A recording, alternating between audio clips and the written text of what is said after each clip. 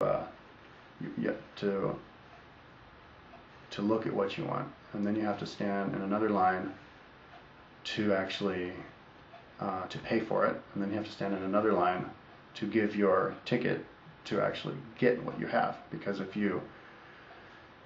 they can't be trusted enough to. If you just pay one guy, people can get away with stealing, and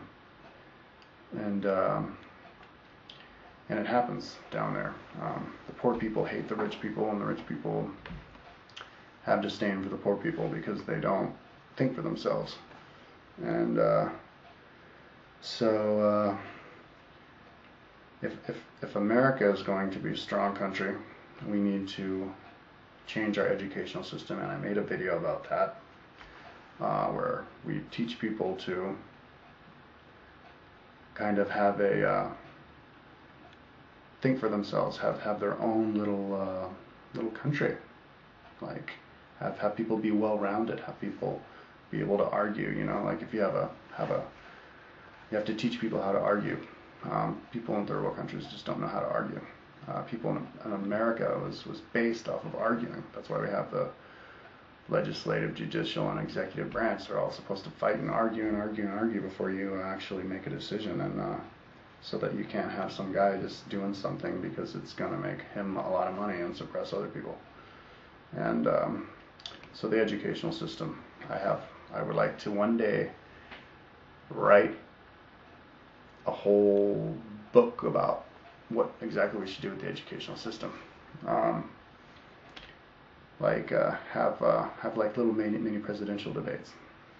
In 6th grade, have this guy running for president of the United States and this other kid running for president of the United States, and then have them debate, and it's kind of like a little microcosm of what we actually have in the country. Little microcosm. So we have small little businesses competing against each other instead of big business here that's just doesn't have to compete against anybody, and so they can just do whatever they want. And so that's the differences between countries with money and countries without money. Another big reason that countries have money, obviously, is because they make money off of other countries, because they innovate. The United States of America is the biggest innovator the world has ever seen. If you look at any of, like, say 95% of the most important inventions within the last 200 years, or since the Industrial Revolution, it was invented in America, mostly from first generation immigrants from Europe, but they're Americans.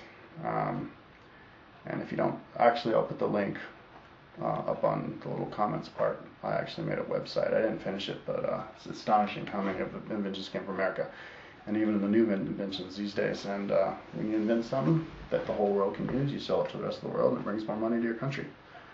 And you don't have to rely on natural resources. You can rely on technology to do that.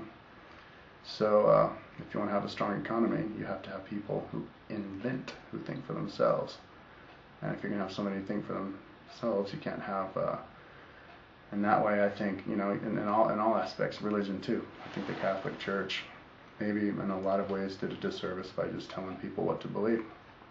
And whereas in America, we have all these different religions, all these hundreds of different splinter groups of Christianity thinking their own thing, and that's a great thing because it makes people want to think for themselves and invent new ways to do stuff, and then it's more efficient, and then you can trust people to do what they say they're going to do, and so that you don't have to have 5 people doing a job that should really only take one person, as long as you can trust them. I can give a whole example about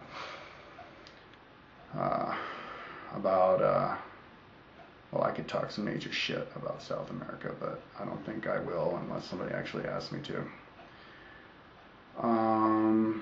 So that's what you need for a strong economy.